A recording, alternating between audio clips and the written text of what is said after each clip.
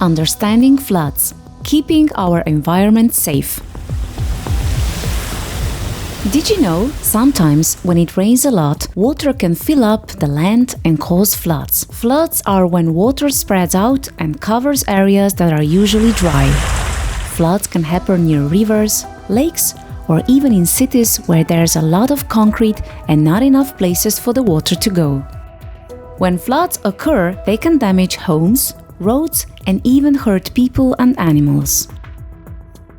But guess what? We can help prevent floods by taking care of our environment. When we throw trash on the ground, like plastic bags and bottles, it can clog up drains and rivers.